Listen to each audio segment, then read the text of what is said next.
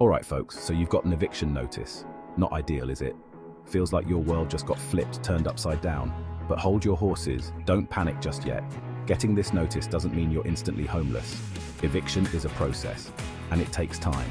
Time you can use to get your ducks in a row and fight back. First things first, breathe. Seriously, take a deep breath. Now, grab yourself a cup of tea, and let's tackle this thing together. We're talking about your home here, and that's worth fighting for. So put on your game face and let's dive into the wonderful world of eviction law.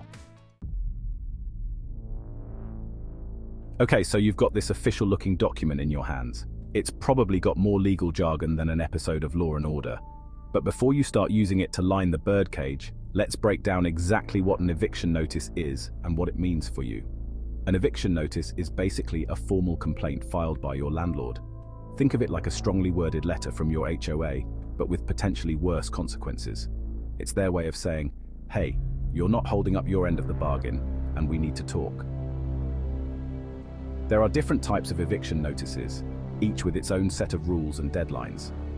Pay rent or quit notices are pretty self-explanatory. Cure or quit notices give you a chance to fix whatever lease violation they're claiming. Ignoring these notices is a big no-no. Once you get an eviction notice, it's crucial to read it carefully and understand the deadlines, reasons for eviction, and instructions on how to respond. Alright, let's be real for a second. Dealing with an eviction on your own is like trying to perform open-heart surgery on yourself. That's why getting a lawyer on your side is crucial. A lawyer can help you understand your rights as a tenant, review the eviction notice, and help you build a solid defense. Plus, having a lawyer by your side can make you feel a whole lot more confident and prepared when dealing with your landlord or going to court. Don't let the fear of cost prevent you from getting the legal help you need. Section 4. Know your rights, fight for your rights. Just because your landlord slapped you with an eviction notice doesn't mean they're automatically in the right. You have rights as a tenant, and it's important to know what they are and how to exercise them. First and foremost, you have the right to a safe and habitable living space. If your landlord isn't holding up their end of the bargain, that could be a valid defense against eviction. You also have the right to due process. Your landlord can't just kick you out on a whim. They have to follow a specific legal process. Familiarize yourself with your state's tenant-landlord laws. Don't be afraid to stand up for your rights.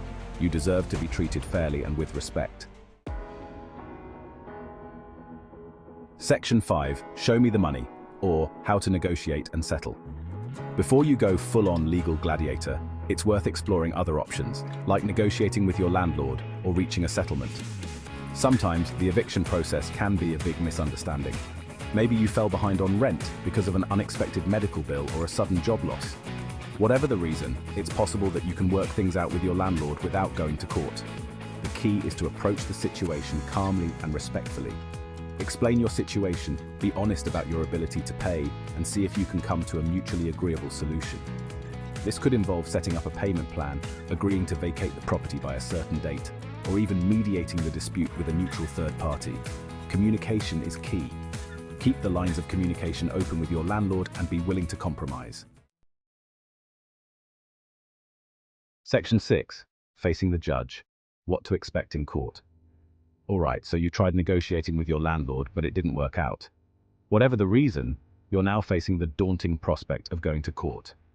But before you start practicing your best, my cousin Vinny impression, let's demystify the eviction court process a bit. First of all, remember to breathe. It's just a courtroom, not the Roman Colosseum. And while it can be intimidating, especially if you've never been to court before, it's important to stay calm and collected. This is where having a lawyer by your side can be incredibly helpful. They'll guide you through the process, explain the legal jargon, and present your case to the judge. During the hearing, both you and your landlord will have a chance to present your sides of the story.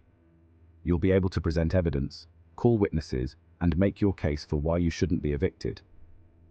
The judge will then make a decision based on the evidence presented and the applicable laws. If the judge rules in your favor, congratulations. You get to keep your home, at least for now.